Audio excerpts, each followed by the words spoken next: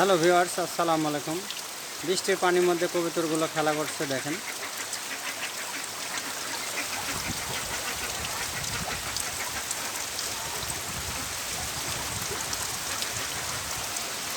দেখেন আপনারা কবুতরগুলো কত সুন্দর করে খেলা করছে বৃষ্টির পানির মধ্যে।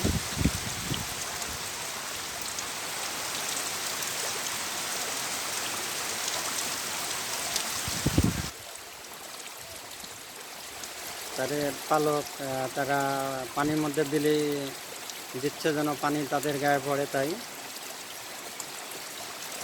দেখেন।